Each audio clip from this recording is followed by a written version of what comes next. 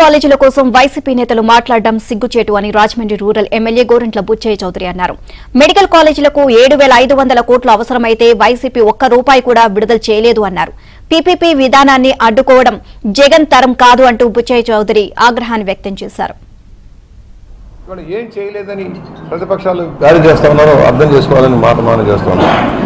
ఆర్థికంగా రాష్ట్రాన్ని దివాళా తీయించి ఎలాంటి ఆర్థిక ప్రయోజనాలు కూడా రాష్ట్రాన్ని లేకుండా చేసి అభివృద్ధి అనేది లేకుండా చేసిన వ్యక్తులు ఇవాళ వీధులెక్కి పోరాటం చేస్తూ ఉంటున్నారు. మేము అడుగుతా ఉన్నాం, మీరు ఏం చేశారు? మెడికల్ కాలేజీ గురించి పీపీపీ ప్రాజెక్టు గురించి మీరు మాట్లాడుతున్నారు. మీరు అనేక ప్రాజెక్టులు పీపీపీకి ఇచ్చారా లేదా? ఎందుకు ఆగిపోయినాయి మీరు చేసిన నిర్వాహకం వల్ల? మెడికల్ కాలేజీలు అన్నారు, అమూల్లో ఇచ్చా తనువు చావడానికి జీవో ఇస్తే అయిపోయిందా? భూముల కేటాయింపు కానీ నిధుల కేటాయింపు కానీ లేదు.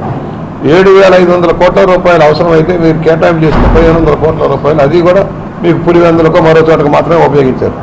అనేక పునాదుల్లో ఉండిపోయినాయి మెడికల్ కాలేజీలన్నీ. ఇవాళ మేమేదో సాధించాము, మేము పోరాటం చేస్తాము, ఆపేదాకా నువ్వెవడో ఆపాను, నీ తరం